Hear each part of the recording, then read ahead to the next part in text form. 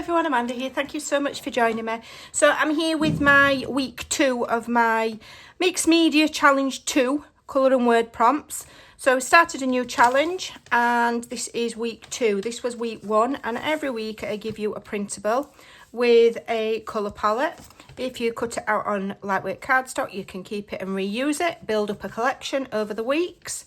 And same with the prompts that I give you, and then I'm giving you sentiments. So this was week 1. It was to do with leaves and I created these. There is a video. I will link the new playlist below. So these are available currently in my Facebook group. The link is below and it's just free fun. So this week we've got this colour palette here with shades of blue and these kind of like peachy, orangey, terracotta kind of shades. So you get a set of prompts and prompt 1 is always the theme, and more often than not the photograph for the colour palette will represent the theme. It might not always, but I'll do my best. And you also get sentiments that fit the theme. So the theme is always the first prompt. So here you can see it's butterflies, and the sentiments: just winging it, don't just fly darling, soar. Okay, and then you've got some further prompts: circles, splatters, stamping and marker pens. Now you need to use the first prompt because that's your theme. So that's kind of the law. It's the Amanda law. The others, you can use just one, you can use 2, you can use them all, you can miss one off, you can do what you want. When it comes to the colour palette, stay within these kind of colours, but if they don't match exact, don't worry, okay?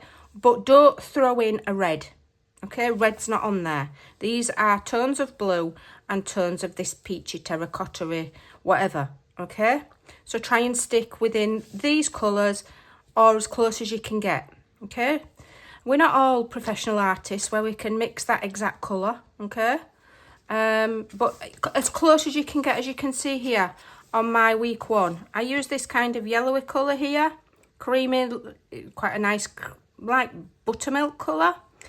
And I used this colour here, you can see it in the leaves, and I got as close as I could, okay? So there's no real laws there, just don't throw in a random colour. You can make tags, you can make index cards, you could do a journal page, you could do what you like, okay? You've just got to use your imagination a bit. And every week I'll do a video with a little bit of inspiration to help you along. So for example, last week we did these painted leaves, okay? They're collage fodder, they're all over the internet, and a lot of people made their leaves like this.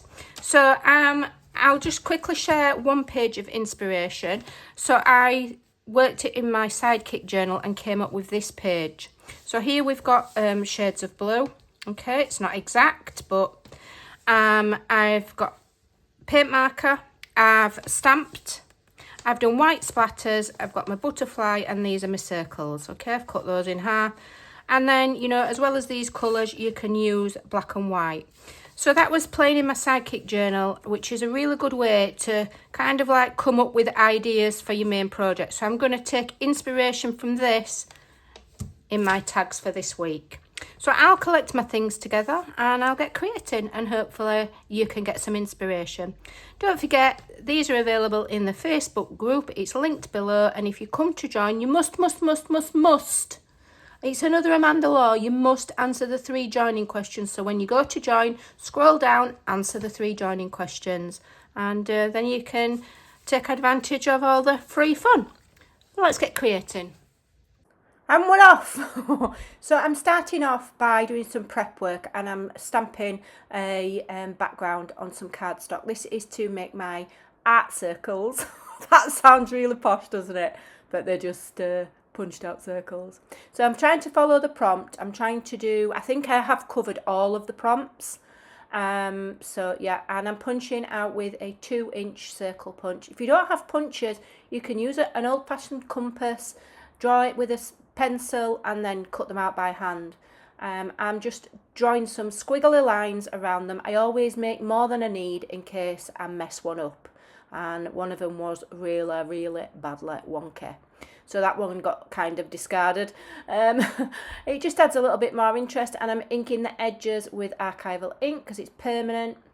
It just makes it, it's just going to make them stand out a little bit on the background. So that's those done. Then I'm doing my background. Now I wish I'd done a base colour first before I did this, but hey ho. So I've used Brushos, and that is a turquoise, and it is gorgeous. So I've sprayed it through my stencils, fine mist water, and then turned the other side and printed on the other tag. So one you've got the negative and one you've got the positive. So if I hadn't had a tag, I would have used up the ink on that stencil in my Sidekick journal. Love it, but I wish I'd done a base background colour. But they're water reactive, so I've got to be careful what I mix them with, which is another lesson that I learned here, because I added a distress ink next. So I dried all the layer first, and then I decided I'd got too much white. In hindsight, maybe I should have left it. But you know, it's never enough in Amandaland. You've always got to try and ruin the project. I'm not happy until I've nearly ruined it and then fixed what I've nearly ruined. So here I'm using, it's a distress spray, it's marigold something. And obviously, you know, I should know better, it turned it green. So I'm rolling some of it off with kitchen roll, so you can't see that too much that it's green. So it's, you know, it's peach. I'm sticking in the colour theme, it's not my fault that colours are silly in the mix. So then I'm having a look what I've got, because markers is on the prompt list. So I've got these is it Artex paint markers. I've tried all sorts of paint markers. I haven't. I've tried two kinds. Okay, I got some from Aldi. They were absolute garbage. They made my page sticky. And then, you know, everybody and their uncle were using these on YouTube, so I invested in just a small, one of the small packets. I think it's like about £24, and they are brilliant. I really do recommend these. They are good. This is why everybody's using them, because they're good. They dry matte and they don't dry sticky. I got the brush tip. I really wish I'd got a bullet tip one. Because the brush tip, you know, it's hard to do fine detail with a brush tip, because it's a brush tip and not a bullet tip. But they are very, very good. Highly recommended. And the white one is just as good as a white Posca pen, in my opinion. I love it. They're brilliant. And you get all sorts of different colours, so it's nice. You're getting a good selection. So if you're able to afford paint markers, I highly recommend these. I'm not getting paid to say that. They are genuinely very good. So now I'm really trying with my mark making. So you might think, well, that don't go, but you know, and I like to do my mark making in the colour and then put white over the top. And I use the Uniball Signo pen, because the white on that is vibrant and it will go over just about anything. The only annoying thing about these pens is that they dry up very quickly, and often they'll dry up before all of the ink's done in the barrel. But it's just one of those things that I'm prepared to put up with, and I buy a couple at a time and try my hardest to use them before they dry up.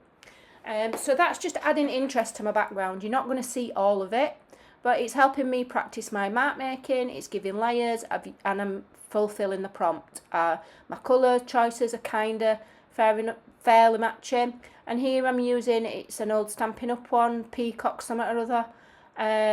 It's lovely. It's a lovely, like, deep teal, green, I don't know. It's lovely. So I've used that instead of black, because sometimes I find that black is a bit harsh. Here I'm using a film strip die cut that I got cheap as chips from AliExpress or somewhere similar. And I just did one in white and one in black.